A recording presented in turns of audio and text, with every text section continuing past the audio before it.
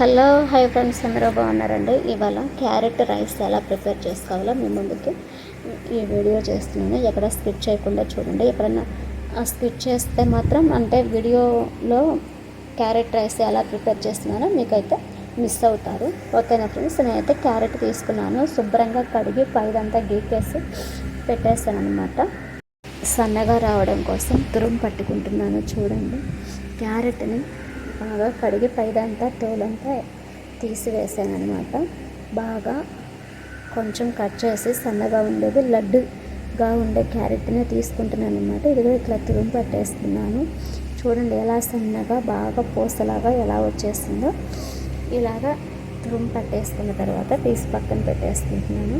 ఇంకా నెక్స్ట్ ఏమేమి కావాలో చూపిస్తాను, జాగ్రత్తగా చూడండి. నా వీడియో ఫస్ట్ టైం కానీ చూస్తున్నట్లయితే లైక్ చేసి, షేర్ చేసి, సబ్స్క్రైబ్ చేసి, బెల్ ఐకాన్ క్లిక్ చేసి, అలానే మీ ఫ్రెండ్స్కి, ఫ్యామిలీ మెంబర్స్కి, రిలేటివ్స్కి అందరికీ షేర్ చేయడం మర్చిపోవద్దు. ఫస్ట్ జీడిపప్పులు తీసుకున్నాను, వేరుశనగపప్పు, 2 పచ్చిమిరపకాయలు, ఆనియన్స్, అల్లం వెల్లుల్లి పేస్ట్, కొత్తిమీర ఇంతవరకే తీసుకున్నాను అనమాట.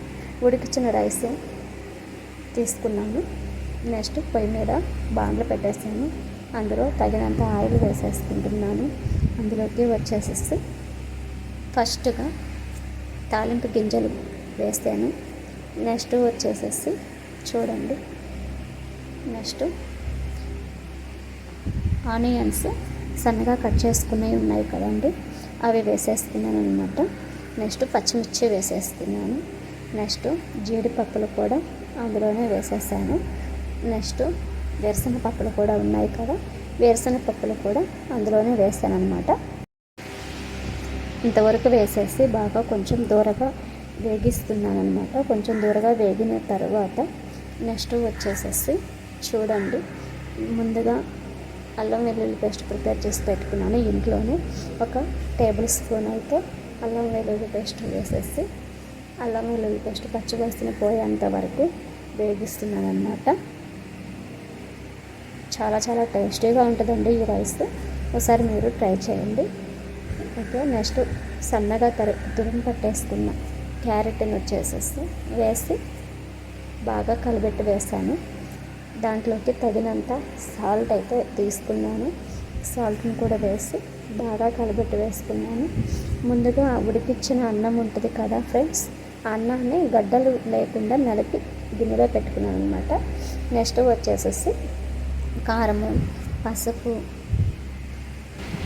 గరం మసాలా 1/2 టేబుల్ స్పూన్, ధనియాల పౌడరు 1/2 టేబుల్ స్పూన్, కారము 1 టేబుల్ స్పూన్ వేసేసి బాగా కలబెట్టి వేసుకున్నాను. ముందుగా గడ్డలు లేకుండా నలిపి పెట్టుకున్న రైస్ ఉంది కదా, ఆ రైస్ని కూడా వేసేసి బాగా కలిపెట్టి వేసేసుకుంటున్నాను. తర్వాత బాగా అన్నంలోకి బాగా కలిసిన తర్వాత వెనిగర్ ఉంటుంది కదా ఫ్రెండ్స్, వెనిగర్ అయితే నాకు నూడిల్స్లోకి వాటిలోకి నేను ఎక్కువ యూస్ చేస్తాను అనమాట. ఆ వెనిగర్ వేసేసాను. వెనిగర్ వేసి బాగా సరిపడినంత వరకు, అంటే కొంచెం ఎక్కువగానే తీసుకున్నాను వెనిగర్ తీసుకొని బాగా రైస్ని వెనిగరు బాగా కలిపేంత వరకు కలిపేసుకున్నాను అనమాట. ఏంటంటే స్టవ్ మాత్రం లో ఫ్లేమ్లో పెట్టేసుకున్నాను అనమాట. లాస్ట్గా కొత్తిమీర వేసేసి కలబెట్టి వేసేసుకుంటే వేడి వేడి టేస్టీ క్యారెట్ రైస్ ప్రిపేర్ అయిపోయినట్లే. ఆనియన్స్ నంచుకొని తింటుంటే సూపర్ టేస్టీగా ఉంటుంది. చాలా చాలా బాగుంటుంది ఫ్రెండ్స్, మీరు కూడా ట్రై చేయండి. మీకు నచ్చినట్లయితే లైక్ చేసి, షేర్ చేసి, సబ్స్క్రైబ్ చేసి, బెల్ ఐకాన్ క్లిక్ చేసి మీ ఫ్రెండ్స్కి, ఫ్యామిలీ మెంబర్స్కి, రిలేటివ్స్కి అందరికైతే షేర్ చేయడం మర్చిపోవద్దు. Thank you very much.